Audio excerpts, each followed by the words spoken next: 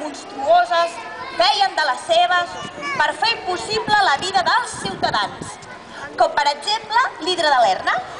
Als aiguamolls de l'estany de Lerna hi vivia l'Hidra, que era una bèstia immunda, un drac esgarrifós que tenia 9 caps. I només la va vèncer l'heroi Hèrcules. Aquest sí que devia estar catxes, Com el Brad Pitt allà a la pel·lícula de Troia, que té com unes xocolatines... Oh, segueix!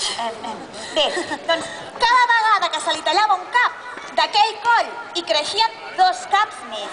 O sigui que si l'Hidra tenia 9 caps... Ei, gràcies!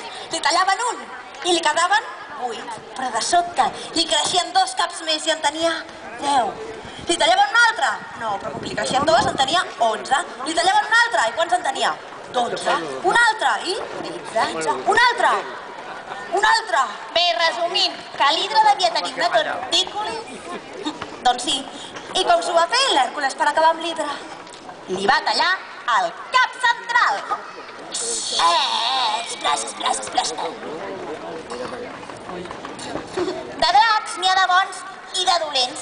N'hi ha que han nascut així i n'hi ha que s'hi han transformat. Espera, què vols dir? Que hi ha dracs que abans no eren dracs? I què eren? Gargandaixos? No. O cocodrils? O caimans? Seran caimans. Mira què he trobat. Ei!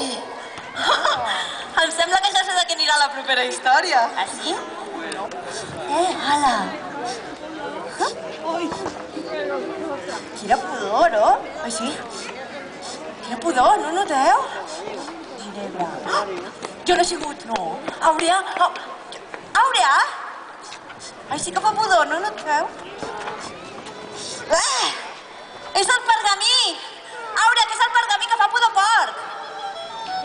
Ei, un pergamí!